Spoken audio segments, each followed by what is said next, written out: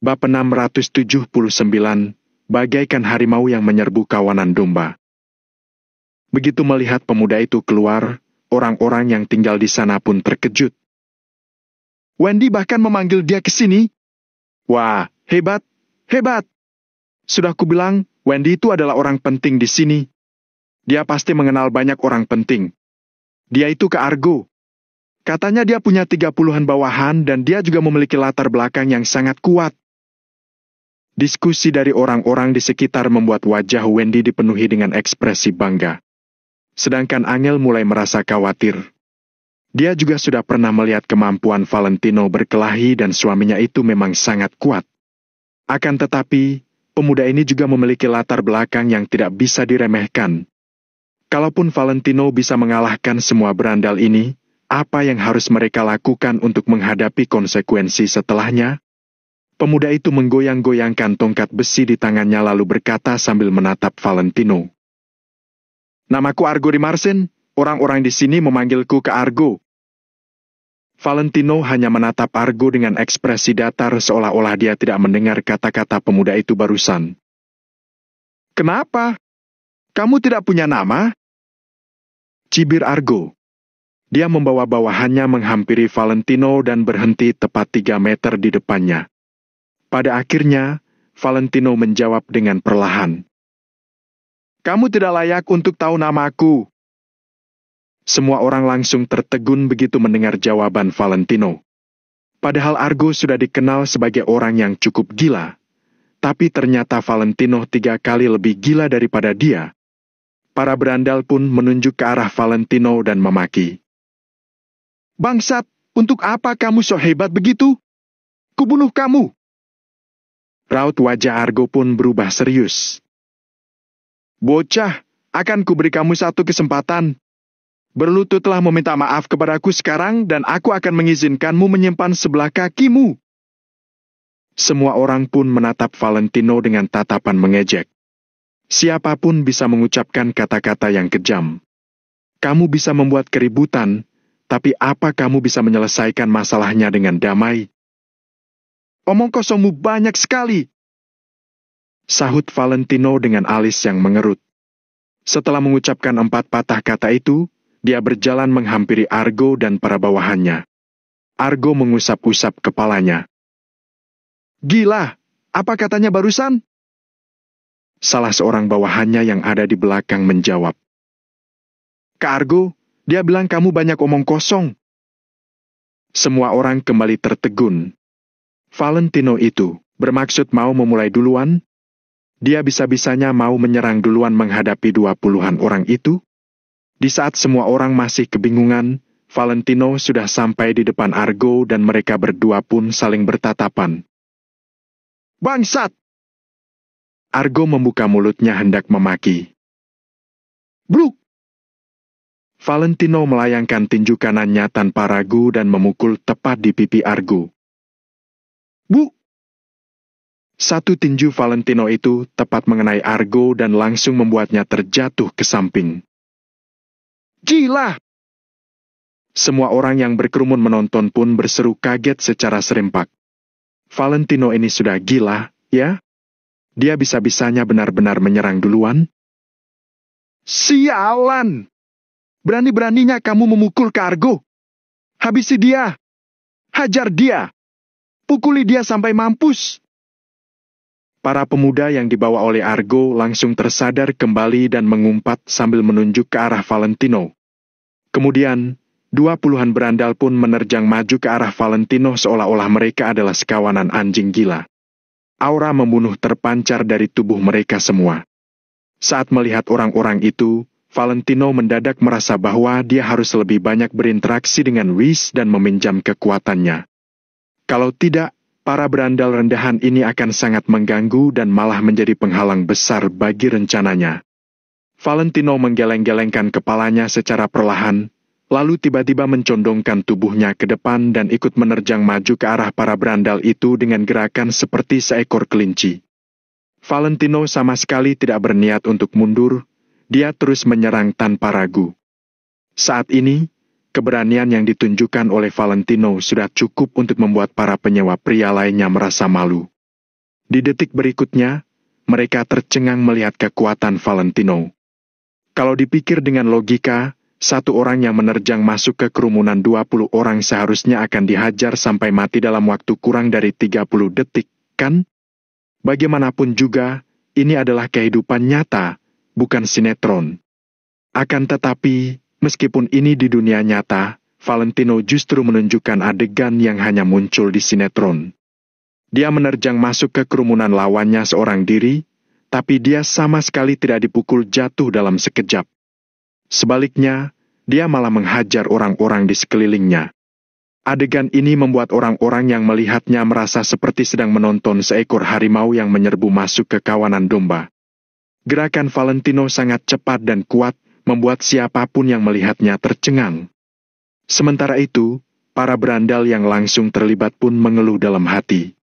Jelas-jelas mereka dulu yang melancarkan tinju, tapi Valentino tiba-tiba menendang mereka dari samping sebelum tinju mereka bisa mendarat di tubuh Valentino. Tendangan Valentino itu membuat tubuh mereka kehilangan keseimbangan dan akhirnya jatuh ke tanah. Bruk! Valentino tidak menghindar dari serangan orang-orang ini. Dia melancarkan tinjunya dan kepalan tangannya pun bertubrukan dengan tinju salah seorang berandal. Aduh! Berandal itu sontak membelalakan matanya dan tubuhnya terdorong mundur beberapa langkah. Rasa sakit yang tajam menjalari kepalan tangannya. Sedangkan Valentino sama sekali tidak terpengaruh. Dia melayangkan sebuah tamparan kepada salah seorang berandal menggunakan punggung tangannya dan menghasilkan bunyi plak yang nyaring. Berandal yang tadinya hendak menyerang Valentino itu pun seketika termangu di tempat, darah menyembur dari lubang hidungnya. Satu tamparan Valentino itu hampir membuat si berandal tadi gegar otak. Dalam waktu kurang dari 1 menit, Valentino berhasil menghajar lebih dari 10 berandal. Hal itu berarti 2 buah tinju Valentino bisa menjatuhkan seorang berandal setiap 5 detik. Sebagian besar dari mereka tumbang karena tamparan Valentino. Valentino merasa bahwa berhadapan dengan sekelompok orang ini benar-benar sangat membuang waktu. Dia melancarkan satu tamparan kepada lawannya dan membuat kepala lawannya terasa berdengung. Setelah terbangun kali ini dan beradaptasi selama beberapa hari terakhir, Valentino merasa kekuatannya menjadi semakin besar. Kemarin, Valentino menyadari perubahan ini saat dia pergi menagih utang ke Gusti dan harus melawan para bawahannya. Menurut Valentino, alasan dia berhasil mengembangkan kekuatan ototnya mungkin karena memikul semen selama beberapa hari terakhir ini. Plak! Valentino menampar dengan keras lagi dan seorang pemuda lainnya pun terpukul mundur hingga beberapa langkah.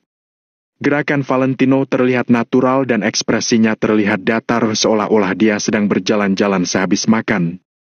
Saat ini, Valentino bahkan menjadi lebih santai lagi karena sudah berhasil mengalahkan setengah dari kerumunan lawannya. Namun, sikap Valentino yang tenang dan santai membuat Wendy serta yang lainnya sangat terkejut. Apa Valentino ini masih bisa disebut manusia? Hanya dalam waktu 2 menit, dia bisa mengalahkan 10 orang pemuda. Sementara itu, hanya ada 2 orang pemuda dari kerumunan itu yang berhasil mendaratkan tinju mereka di tubuh Valentino. Namun, tinju mereka itu tidak berdampak apa-apa terhadap Valentino. Wendy termangu, sedangkan Argo tertegun dan para penyewa lainnya tercengang. Wah! Ternyata Valentino sehebat ini? Sial, untung saja kemarin malam aku tidak jadi cari mati. Aku semalam rencananya mau memanggil 10 orang untuk datang dan menghajarnya di malam hari. Dia kuat sekali.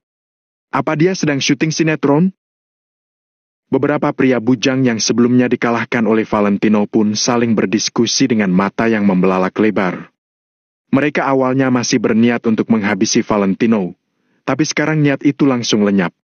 Mereka tidak sanggup melawan Valentino. Valentino yang seperti ini sama sekali bukan orang yang bisa mereka singgung. Di sisi lain, mata Angel yang cantik dipenuhi dengan tatapan lega. Dia sama sekali tidak terlihat kaget ataupun tercengang. Karena dia tahu dan juga yakin bahwa suaminya adalah orang yang sangat kuat. Kata pepatah, seekor harimau yang meninggalkan hutan akan menjadi mangsa empuk bagi para anjing. Akan tetapi, harimau sejati tidak akan mungkin kalah dari anjing sekalipun ia meninggalkan area kekuasaannya. Plak! Bluk! Sambil diiringi dengan bunyi yang keras, berandal yang terakhir pun habis dihajar oleh Valentino dengan satu tangan.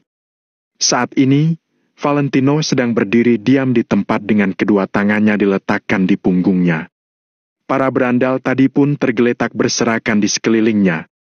Kalau dia mau pergi, tidak akan ada yang bisa menghentikannya.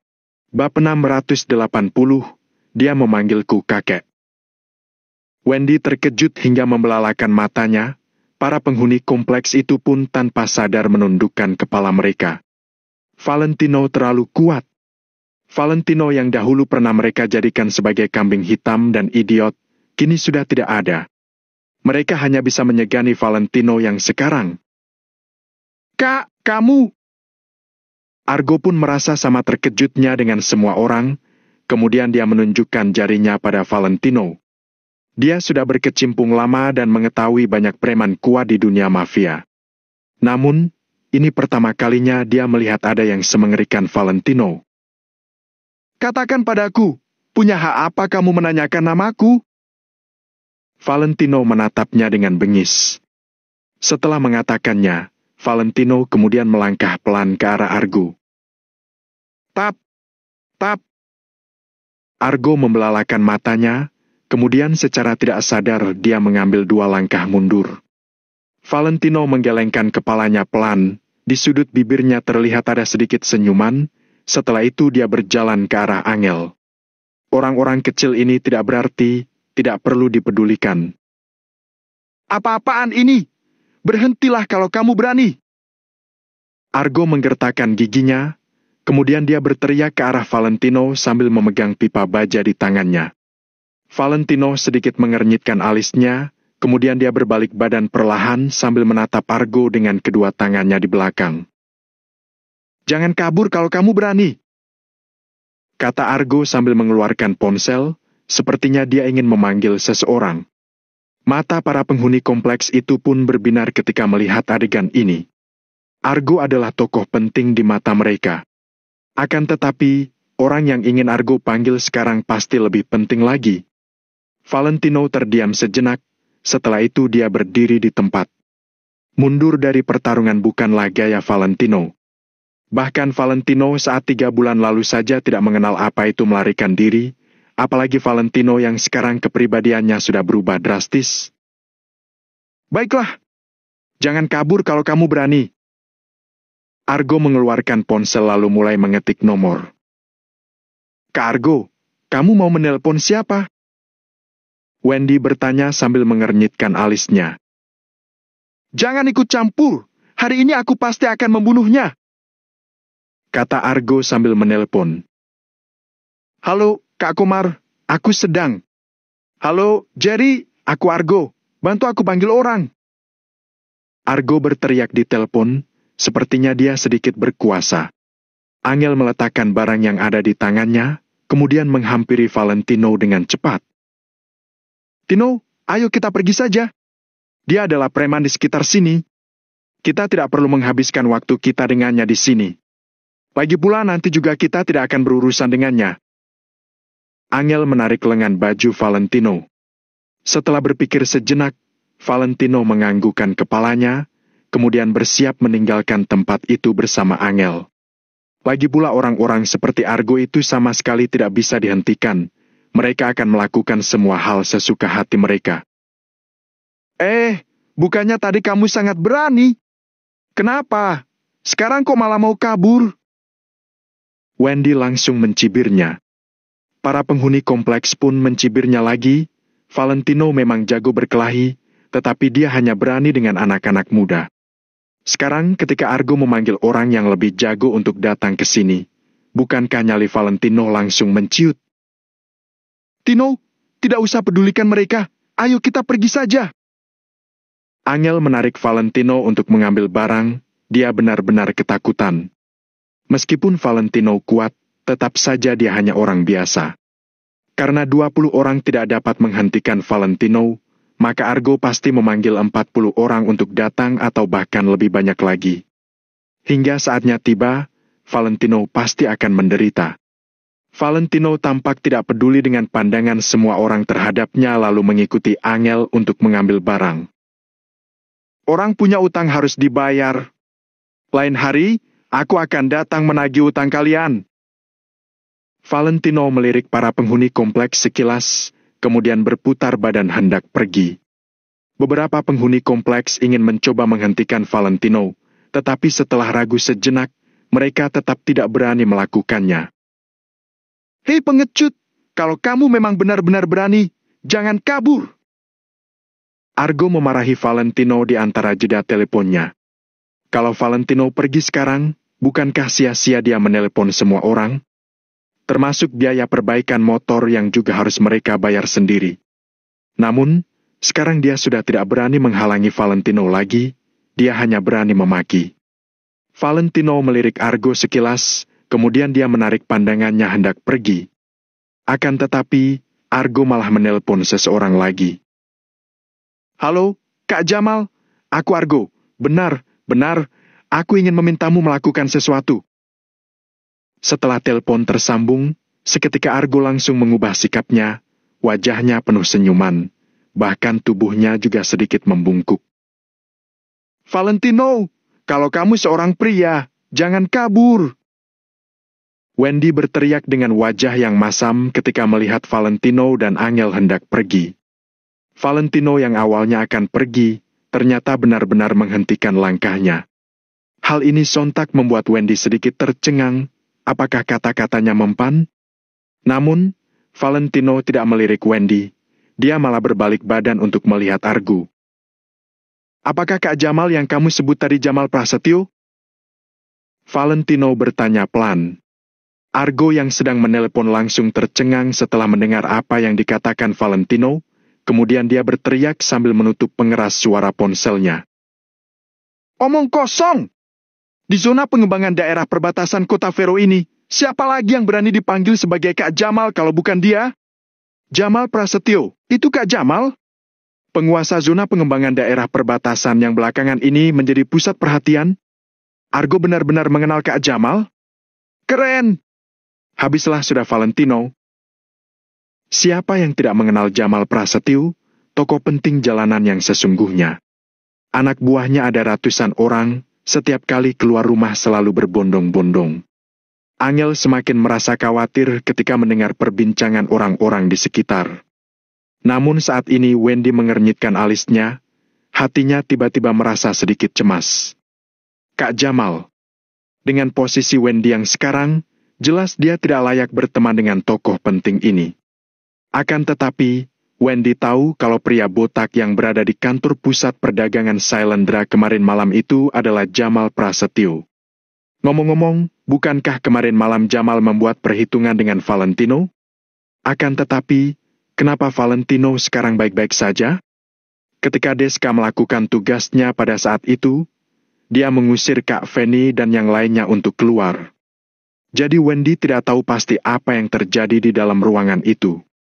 Setelah Jamal keluar dari ruangan bersama anak buahnya, dia pergi meninggalkan kantor pusat perdagangan Sailendra tanpa sepatah kata pun. Jangan-jangan teman kaya Valentino itu mengenal Jamal? Sehingga tidak ada perselisihan besar di antara keduanya? Semakin berpikir, semakin Wendy merasa ada kemungkinan seperti itu. Melihat wajah Valentino yang tenang membuat Wendy semakin yakin kalau tebakannya benar. Baiklah, Kak Jamal. Kakak tidak jauh dari sini, kan? Argo berbicara sambil menganggukkan kepala dan membungkukkan badannya di telepon. Ah, kalau itu Jamal Prasetyo. Valentino berhenti sejenak, kemudian berbicara lagi. Kamu tidak perlu meneleponnya. Kalau dia melihatku mungkin dia akan memanggilku kakek. Seketika semua orang dibuat tercengang mendengar perkataan Valentino. Baik Argo maupun Wendy, bahkan Angel sekalipun, semuanya menjadi bingung. Tadi Wendy masih bertanya-tanya apakah Valentino mengenal Jamal Prasetyo. Sekarang setelah mendengar perkataan Valentino, dia pun menyingkirkan pemikiran itu. Bahkan jika Valentino dan Jamal memiliki hubungan yang baik sekalipun, dia tidak akan berani membuat lelucon seperti ini. Dasar bodoh! Si bodoh dengan catatan kriminal. Hei, Kak Jamal memanggilnya kakek. Apa-apaan? Baru tahu aku. Jadi orang harus tahu diri. Seperti apa yang dikatakan pepatah, sudah banyak laga, mukanya masih bisa begitu bangga. Kak Jamal pasti akan mengulitinya karena perkataan ini. Para penghuni kompleks menertawakan Valentino tanpa menutupinya sedikit pun. Bahkan Angel pun merasa sedikit khawatir, maka dari itu dia menarik lengan Valentino. Dalam hatinya dia berpikir, apakah penyakit Valentino kambuh lagi? Bab 681, tidak perlu menunggu hari lain. Di situasi seperti ini, menghindar adalah pilihan yang terbaik. Kalau seperti ini, bukankah Valentino akan memperbesar masalah? Argo tercengang. Kemudian, dia berbicara di telepon. Kak Jamal, pemuda itu menyebut Anda sebagai cucunya. Sialan! Dia panggil aku siapa? Tunggu aku di sana. Kalau kamu membiarkannya kabur, aku bunuh kamu. Meskipun Argo tidak menyalakan pengeras suara ponsel, dia dapat mendengar teriakan makian Jamal. Baik, saya akan menunggu Anda. Kak Jamal jangan khawatir. Saya tidak akan membiarkannya kabur, kata Argo. Setelah itu, Argo menyimpan ponselnya, lalu menatap Valentino dengan dingin. Anak muda, sebentar lagi kamu akan mati. Tidak hanya Argo, semua orang yang melihat ini yakin bahwa nasib Valentino akan berakhir buruk. Sebaliknya, Valentino terlihat tenang. Sementara Angel terlihat sangat khawatir.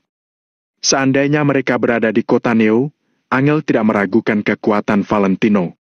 Jangankan Jamal, bahkan pemimpin nomor 1 kota Neo saja pasti berlutut di hadapan Valentino. Namun di kota ini, Valentino tidak bisa mengandalkan siapa-siapa. Dia tidak kenal siapapun. Kenapa Valentino berani berbicara seperti itu? Angel percaya pada kekuatan Valentino, tapi hatinya tetap merasa cemas. Karena itu, Angel menarik tangan Valentino, lalu berkata, Tino, ayo kita pergi. Jangan bertindak bodoh. Orang bijak tahu kapan harus berhenti. Jangan khawatir, aku tidak akan kenapa-napa. Aku juga tidak melakukan perbuatan bodoh. Kita lihat saja nanti. Awalnya, aku ingin pergi. Tapi karena mereka tidak mau melepaskan kita, hari ini juga aku akan buat perhitungan dengan mereka. Valentino memegang perkataannya. Dia langsung duduk di atas kardus. So sekali kamu. Mau buat perhitungan dengan kami? Kata Fabio, sang tuan rumah sambil tersenyum dingin. Sebagai orang lokal, Fabio tahu betapa hebatnya Jamal. Waktu itu, Jamal adalah anak buah Deska. Kini, Deska telah meninggalkan pekerjaan lamanya. Orang-orang yang dulunya pernah ikut dengan Deska sekarang semakin terkenal. Valentino tidak menjawab. Dia harus buat perhitungan dengan mereka. Bagaimanapun juga, utang harus dibayar. Valentino ingat akan segala perbuatan yang orang-orang ini lakukan pada dirinya dan Angel. Awalnya Valentino berpikir, lain kali saja buat perhitungan dengan mereka. Namun, sekarang, tidak perlu menunggu hari lain. Hari ini juga, mereka harus membayar perbuatan mereka. Mendengar jawaban Valentino yang begitu berani, Angel tidak bertanya lagi. Dia pun duduk di sebelah Valentino. Tidak peduli betapa susahnya jalan di depan, selama Valentino berada di sisinya, Angel tidak merasa takut. Dia percaya pada keputusan Valentino. Selagi menunggu bala bantuan Argo datang, orang-orang di sana mengejek Valentino tanpa henti. Mereka menyangka Valentino sudah siap untuk berlutut mohon ampun pada Jamal. Anak muda, lebih baik kamu memikirkan bagaimana posisi berlutut yang baik agar Kak Jamal puas, kata Argo sambil tersenyum dingin. Bern, Bern, Bern. Baru saja Argo selesai berbicara, dari kejauhan muncul 5-6 motor. Motor-motor ini masing-masing dikendarai oleh 2 pemuda yang berpenampilan sama dengan Argo.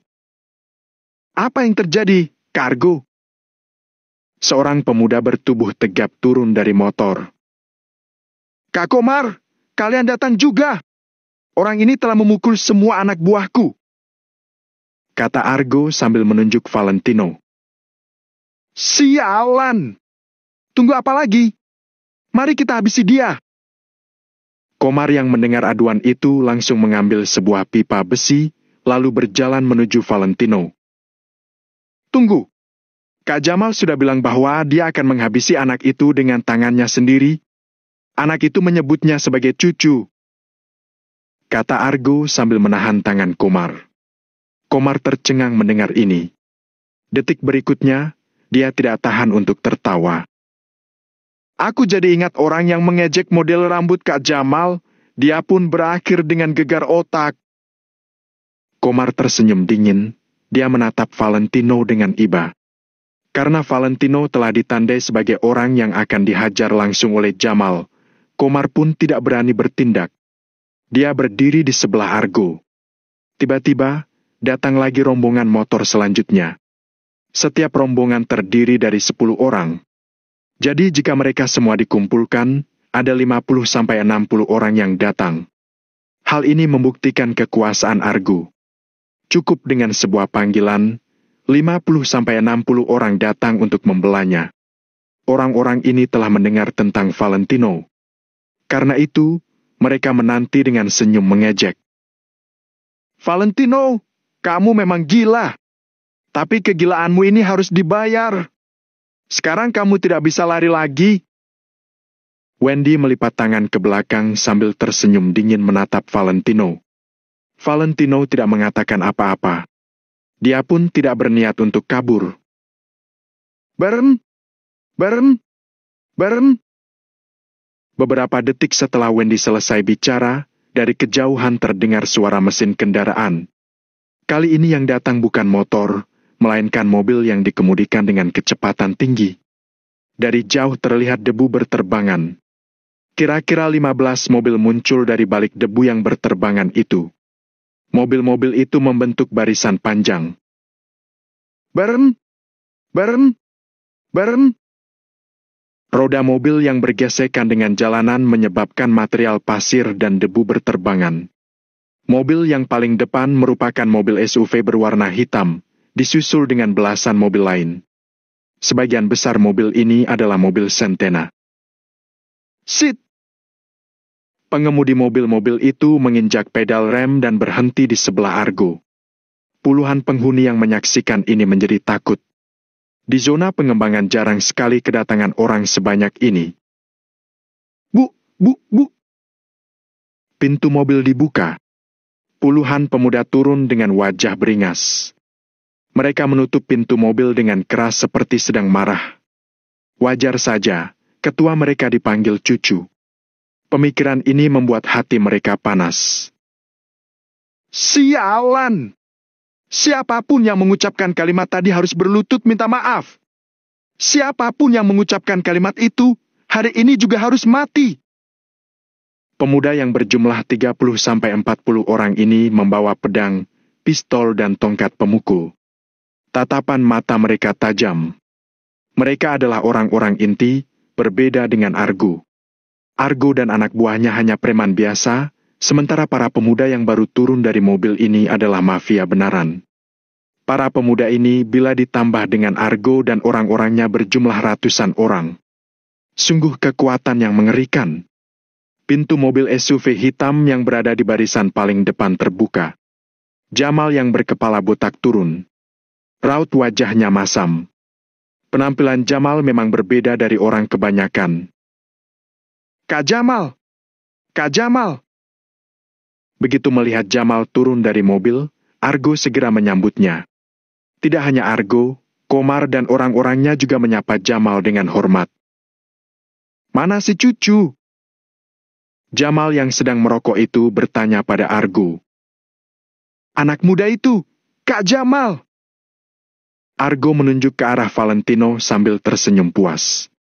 Jamal menoleh melihat Valentino yang berjarak puluhan meter darinya. Sementara Valentino membalas tatapan mata itu dengan tenang.